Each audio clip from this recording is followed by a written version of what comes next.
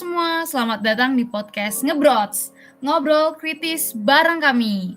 Nah, di sini ada aku, Valen. Aku Clarissa. Aku Stefani. Dan aku Rati.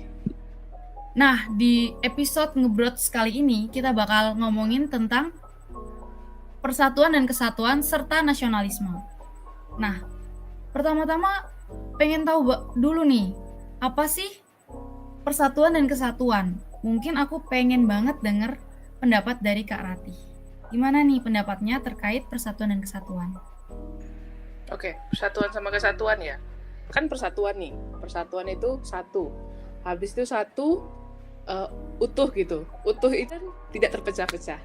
Nah, kalau kita udah ngomongin yang namanya persatuan gitu, pasti gak bakal bisa lepas dari Pancasila.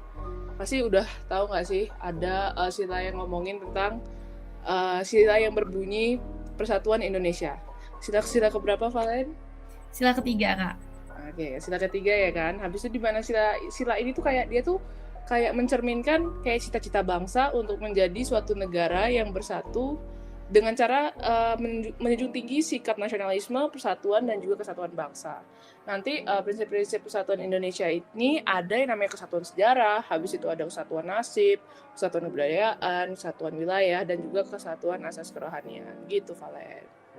Wah, ternyata persatuan kesatuan itu menyangkut sama dasar negara kita ya, Kak, yang merupakan Pancasila, terutama pada sila ketiga, dan ada asas-asasnya tadi.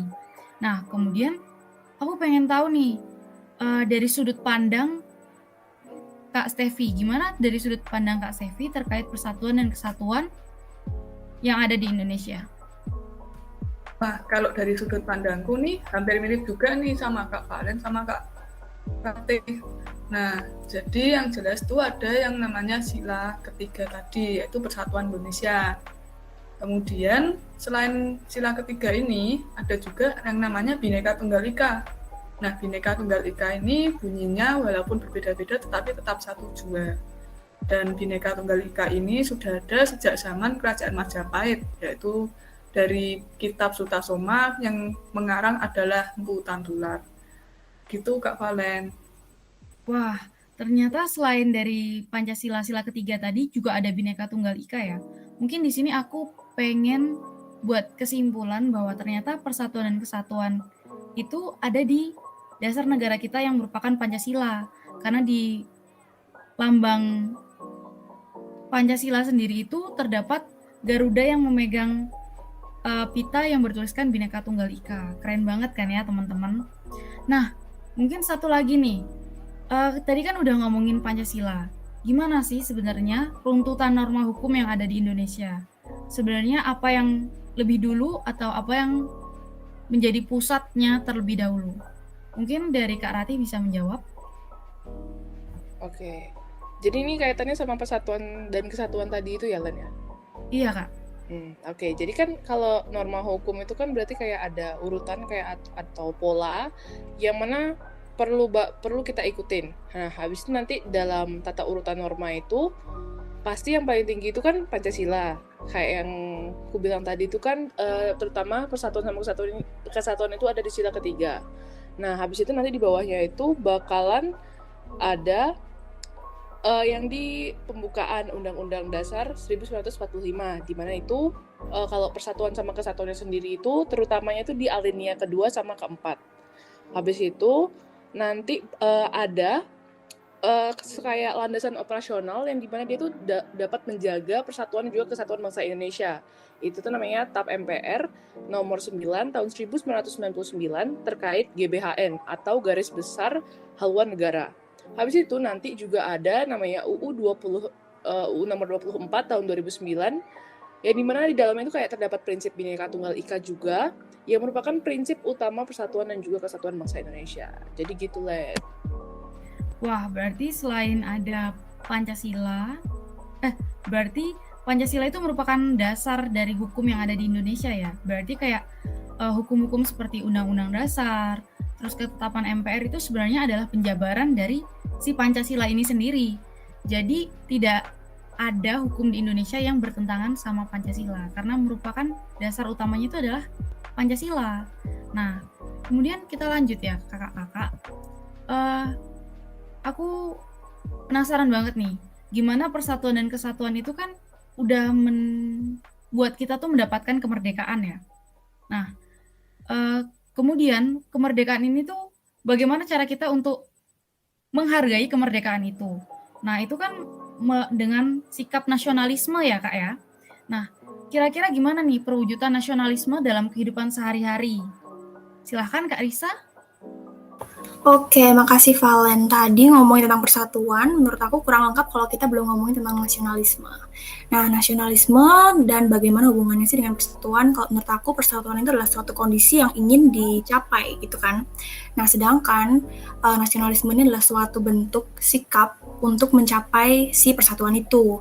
Nah, apa sih itu nasionalisme? Nasionalisme itu merupakan suatu dasar adanya rasa cinta terhadap negara kita, negara Republik Indonesia. Nah, itu juga diwujudkan melalui bela negara. Tadi tanya tentang contoh, tuh sebenarnya untuk mewujudkan nasionalisme itu contohnya simple loh, Valen. Valen tahu nggak? Wah, kalau dari yang aku tahu tuh mungkin kayak lebih ke menaati peraturan aja sih Kak. Ya ternyata dengan menaati peraturan yang ada di negara kita, bahkan di lingkungan-lingkungan sekitar kita itu aja itu sudah merupakan salah satu bentuk nasionalisme. Nah, selain itu, mungkin contoh yang lebih besar lagi itu adalah dengan membanggakan atau membawa nama Indonesia, mengharumkan nama Indonesia, misalnya ke mancanegara dengan mewakili Indonesia melalui perlombaan seperti itu, Valen. Wah, ternyata nasionalisme ini bisa dilakukan dengan kegiatan-kegiatan yang kecil ya Kak. Mungkin aku juga mau kasih informasi buat teman-teman yang dengerin podcast ini, bahwa nasionalisme ini juga berhubungan dengan bela negara. Nah, bela negara itu utamanya dilakukan oleh semua lapisan masyarakat, hanya saja terutamanya itu dilakukan juga oleh TNI. TNI ini sebagai pertahanan dan menjaga pertahanan dan kesatuan negara Indonesia, terutama dari ancaman keamanan ya. Nah, kemudian ngomongin tentang persatuan dan kesatuan, kira-kira ada nggak sih yang mengancam persatuan dan kesatuan di Indonesia? Mungkin kayak peristiwa atau organisasi ataupun kegiatan yang kakak-kakak tahu nih. Mungkin aku mau tanya dulu dari Kak Stevi. Oke, kalau dari aku, yang aku tahu ya memang banyak ya yang mengancam persatuan dan kesatuan di Indonesia ini. Tapi yang bakal kita bahas ini ada dua, yaitu yang namanya GAM dan juga ISIS. Nah, kalau GAM sendiri ini singkatannya itu Gerakan Aceh Merdeka. Mereka ini kayak membentuk untuk memberikan perlawanan kepada pemerintah, dan mereka ingin membentuk suatu negara sendiri. Karena melihat dari Timur yang bisa lepas, maka mereka juga ingin melakukan hal itu. Selanjutnya untuk ISIS itu singkatannya Islamic State of Iraq and Syria. Nah, mereka itu dibentuk karena ingin membangun suatu negara Islam. Tetapi mereka membangun negara Islam ini dengan cara menguasai suatu negara dengan memberikan doktrin. Nah, dari saya begitu Kak Valen. Mungkin bagaimana Kak, ada tambahan? Wah, berarti ternyata ada yang mengancam persatuan dan kesatuan di negara Indonesia itu contohnya adalah GAM dan ISIS ya Kak ya.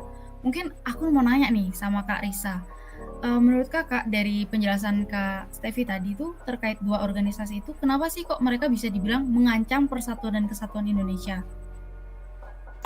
Oke, Valen, tadi Stevi itu nyebutin tentang ISIS. Nah, ISIS ini tuh di Indonesia ya, ada dua afiliasi dari ISIS. Salah duanya itu adalah JAD dan MIT. Nah, gimana sih cara mereka untuk membentuk atau membangun negara Islam itu? Itu tuh mereka melakukan propaganda untuk mengajak para umat Islam ya. Itu untuk melakukan hal-hal yang namanya kita sebut jihad. Nah, kalau di Indonesia yang paling terkenal atau aksi yang paling parah itu mereka melakukan aksi bom. Nah, sayangnya bom-bom ini tuh mereka tujukan kepada umat-umat agama yang lain. Nah, padahal kita kan tahu ya, Indonesia itu beragam, kaya akan keberagamannya. Salah satunya adalah kaya akan agama. Nah, dan ISIS ini dia tuh membawa nama atau membawa agama Islam dengan mengaku-ngaku bahwa aksi mereka ini diperbolehkan atau memang diharuskan oleh agama Islam ini, yang padahal itu adalah hal yang salah. Dan akhirnya hal tersebut itu membuat agama Islam yang sesungguhnya ini malah terpojokkan dengan ISIS itu, dan mereka tuh jadi menerima stereotip atau stigma-stigma yang jelek tentang agama mereka, padahal jelas ajaran ISIS dan agama Islam itu adalah hal yang sangat berbeda. Seperti itu sih Valen menurut aku. Wah, nah ini aku mau tanya lagi Kak. Ini kan kalau misalnya ISIS tadi dia katanya ngeteror ya, teror terus kayak bom gitu. Nah, kenapa sih kok bisa keamanan itu berhubungan sama persatuan gitu loh, bisa memecah persatuan kita? Ya sebenarnya balik lagi sih ya ke keberagaman tadi, apalagi tentang agama. Si ISIS membawa membawa agama Islam, kemudian yang diserang itu adalah agama yang lain. Nah tentunya itu akan membuat agama yang lain ini itu akan melihat bahwa agama Islam ini adalah ternyata jelek gitu kan. Padahal salah satu yang memersatukan kita itu adalah keberagaman agama ini. Dan akhirnya dari sanalah timbul intoleransi atau tidak toleransi ya. Jadi satu agama ini menganggap agama yang lain itu jelek atau jahat. Seperti itu sih Valen menurut aku. Wah, ternyata bisa gitu ya Kak, dari keamanan malah mengancam juga ke persatuan. Karena stereotip orang-orang yang membuat kayak jadi mengurangi interaksi antar perbedaan yang ada. Nah, mungkin ada nih, kan tadi kita udah bahas tentang ancamannya juga. Terus kira-kira apa sih faktor yang mempengaruhi rasa persatuan dan kesatuan? Mungkin Kak Rati bisa jawab? Oke, kalau faktornya sendiri itu pasti adanya kayak rasa senasib dan juga latar belakang yang sama sebagai seorang warga negara. Kayak dulu kita kan kayak pernah dijajah gitu sama bertahun-tahun. Habis itu nanti juga bakalan adanya rasa kayak dalam diri itu yang menimbulkan tekad untuk bersatu. Kan kayak kita udah lama jajah, habis itu pasti ada rasa ingin merdeka. Habis itu kalau mau merdeka kita kan harus bersatu dulu. Jadi itu tuh kayak bisa sebagai pencetus gitu. Habis itu nanti juga ancaman dari luar yang juga itu bisa menguatkan rasa nasionalisme dan juga persatuan. Kayak ancaman yang disampaikan dari dari Risa sama Steffi. Gitu Valen. Wah, ternyata faktor-faktornya itu bisa berupa ancaman dari luar dan rasa senasib ya. Kemudian mungkin ini nih pertanyaan terakhir itu, bagaimana sih peran pemerintah dalam membangun dan menjaga persatuan dan kesatuan di Indonesia? Mungkin Kak Risa bisa menjawab. Oke, jadi peran pemerintah itu sebenarnya lebih kepada pengawasan dan seperti memberi fasilitas atau sarana kepada masyarakat agar mereka bisa memberikan kontribusi penuh untuk menjaga persatuan ini. Nah, salah satu sarananya itu adalah dengan membuat Pekan Olahraga Nasional ya. Yang terkenal itu tuh dilakukan dari daerah satu ke daerah yang lainnya. Nah, kemudian pemerintah itu juga akan melakukan sarannya itu dengan mempererat undang-undang, kemudian pemerataan pembangunan, dan juga mendengarkan aspirasi-aspirasi dari rakyatnya. Wah, baik. Terima kasih Kak Risa atas jawabannya, dan Kak Steffi serta Kak Rati. Nah, kita sampai di penghujung acara. Tadi teman-teman juga udah dengerin semua jawaban-jawaban yang udah disampaikan sama kakak-kakak. Nah, mungkin sebagai kesimpulan aja, jadi persatuan dan kesatuan di Indonesia ini berdasar dari Pancasila. Nah, adanya nasionalisme merupakan sikap atau rasa cinta tanah air yang kita miliki untuk menjaga dan melindungi persatuan dan kesatuan yang kita miliki. Nah, kemudian kita sebagai masyarakat harus dapat ikut serta dalam menjaga persatuan dan kesatuan di Indonesia. Sekian dari podcast hari ini. Terima kasih.